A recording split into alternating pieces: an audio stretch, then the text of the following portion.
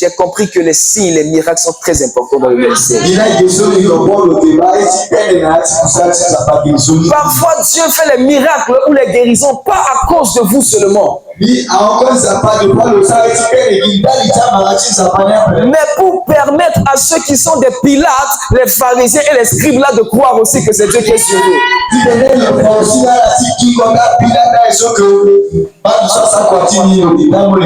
C'est comme ça que Dieu a approuvé le ministère de Jésus avec les signes et les prodiges. Et je crois que Dieu va commencer à approuver ton ministère aussi dans cette ville avec des miracles, des signes et des prodiges.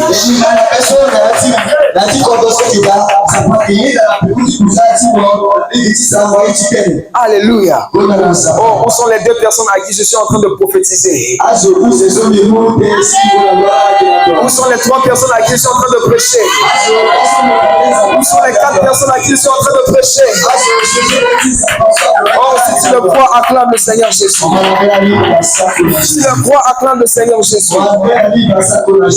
Donc, le miracle ne vous concerne pas seulement. Non, ça ne vous concerne pas seulement.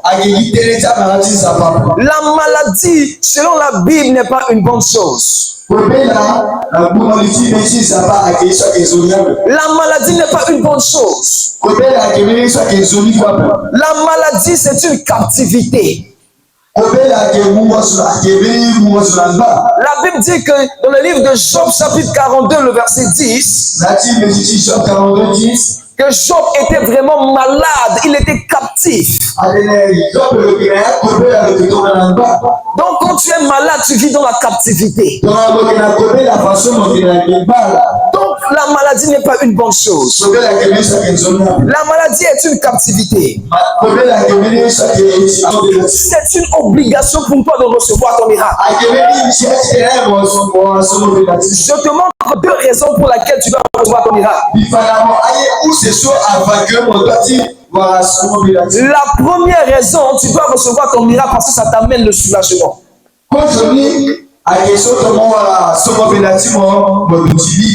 Quand tu reçois ton miracle, tu es soulagé.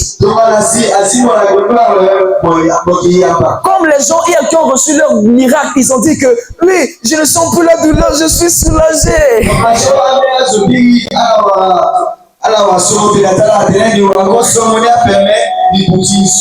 Voilà pourquoi dans mon tic, quand quelqu'un reçoit son miracle, je lui demande, est-ce que tu es content? La personne dit, je suis vraiment très contente. Oui, quand tu reçois ton miracle, tu es content. Parce que tu es soulagé. Mais veux-tu pas être soulagé? Est-ce que tu ne veux pas être soulagé? Tu dois recevoir ton miracle. À cause de ton propre soulagement, tu dois recevoir ton miracle. S'il y a quelqu'un qui veut être soulagé, il lève la main. Tu dois être soulagé. Mets la main là où tu as mal. Je vais prier pour toi. Oui, lève-toi et mets la main là où tu as mal. Juste parce que tu dois être soulagé. Ça fait longtemps que tu souffres de cette maladie. Ça fait longtemps que tu as des douleurs. Trop c'est trop. Dis trop c'est trop. Dis trop c'est trop. Trop c'est trop. Je dois être soulagé. Je dois être soulagé. Alors mets la main là où tu as mal. Mets la main où tu as mal. Je vais prier pour toi. Répète cette prière après moi. Dis Seigneur Jésus. Seigneur Jésus. Seigneur Jésus. Dis-le avec foi. Seigneur Jésus.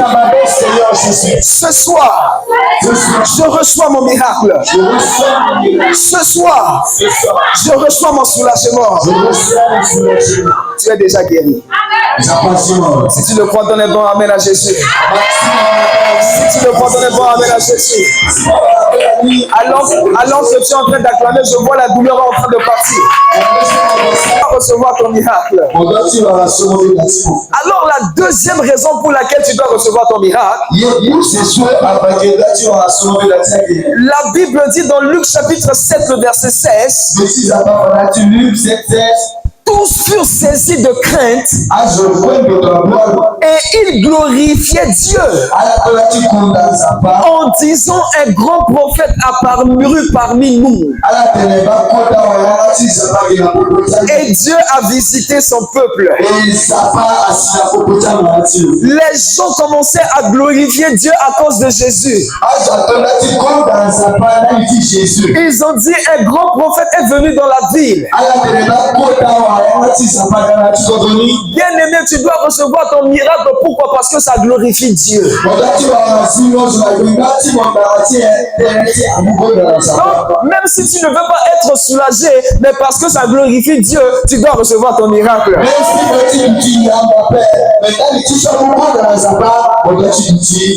Dieu doit recevoir beaucoup de gloire. Donc, parce que ton miracle glorifie Dieu, tu dois recevoir ton miracle. Il y a des gens qui disent, non, je ne suis pas sûr que je peux être guéri. Que tu sois sûr, que tu ne sois pas sûr, Dieu doit recevoir la gloire. Et parce qu'il doit recevoir la gloire, voilà pourquoi il va venir te guérir. Je vous explique quelque chose très rapidement et puis nous allons prier. Vous savez, dans l'histoire de la parole de Dieu, il y a des gens qui reçoivent leur miracle d'une manière spontanée.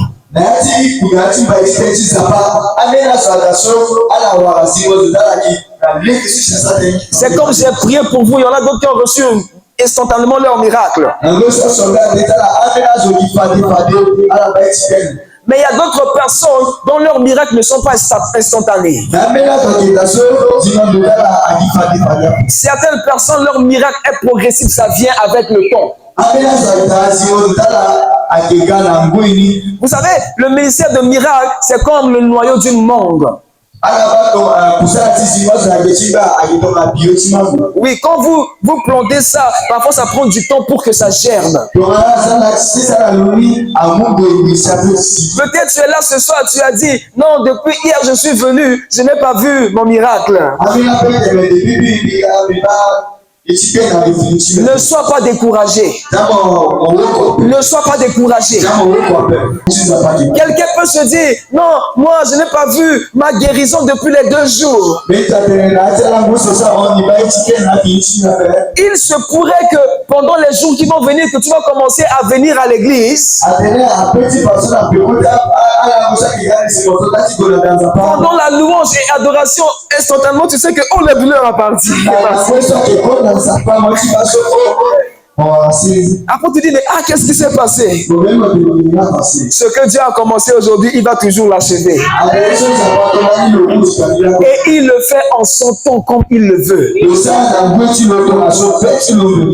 Ma prière est que Dieu guérit tout le monde. Et que tous ceux qui sont malades reçoivent leur guérison. Mais Dieu ne va pas faire comme moi je veux, il va le faire comme lui il veut. Je peux vouloir que tout le monde soit guéri, mais Dieu, je ne sais pas s'il veut que tout le monde soit guéri au même moment. Je ne sais pas.